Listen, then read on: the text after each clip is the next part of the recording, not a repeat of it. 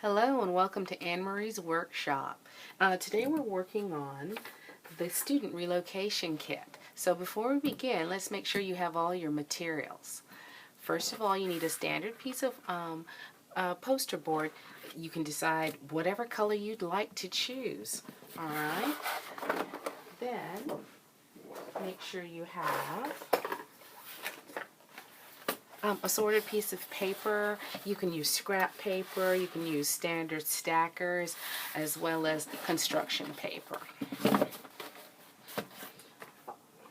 Also, you're going to need to have your PDFs or your papers that were available online printed off and trimmed so that you can assemble after you've created the puffer book, which this is based on.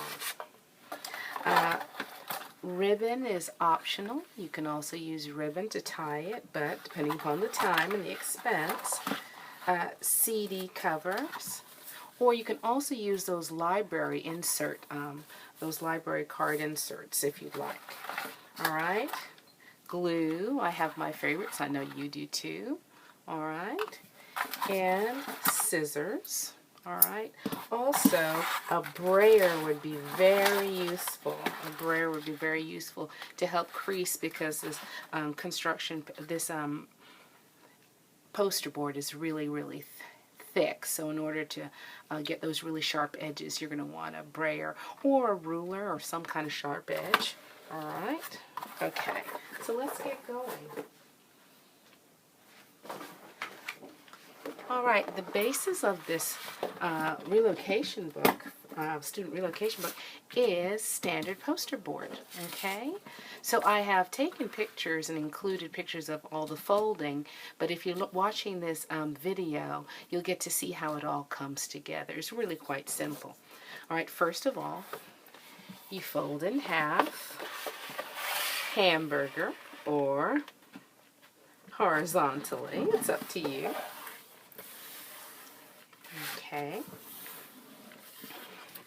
then you fold again horizontally or hamburger, and as you can see it's quite thick, so I'm going to use my brayer to help smooth out the edges. This video we're just going to do the construction of the puffer book, and then I'll show you how to put the other pieces together on the other video included with this link.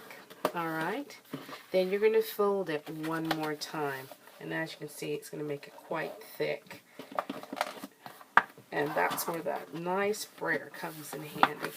I found that I make about 5 at the beginning of every school year, because unfortunately that's about how many kids I lose.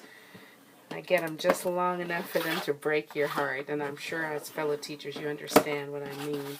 But I feel so much better about keeping the relationship with them when I know that I've made an effort and that they have a way to get back to us and we have a way to get back to them.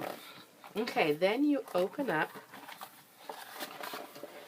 your puffer book frame, and I had highlighted in the pictures in pink so you could see the squares, but if you're watching my hands you won't need that.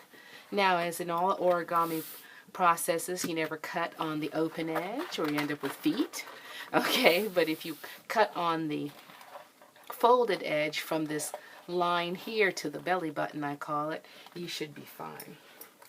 So we're going to cut from one edge to that belly button, okay? So that gives me 2 folded pieces like that. Alright, I'm going to open it all the way up, okay,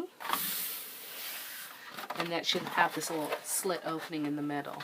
I'm going to fold it in half. These are so cute in different colors, and it gets so that the kids expect it, which I think is a wonderful thing. Now you can either lift up in the middle and pull the 2 sides together, or, like my picture, you just squeeze it together until it touches. And when it touches it, you just lay it flat.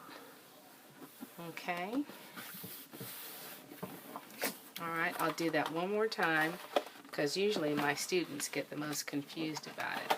Okay, just squeeze it together and make it flat, or let's see it from above. I squeeze it together and lay it flat. I hope that helps. Or if you're like me, you'll replay it a bunch of times until you get it. And then I just fold it in half, and that will give me all the pages in the book I need. So I'm going to go over it with my brayer to really, really help make it really very sharp. Okay? Alright. And now we're ready to add the pages on and make this book ready to go home with a student who's moving and leaving us. Thank you.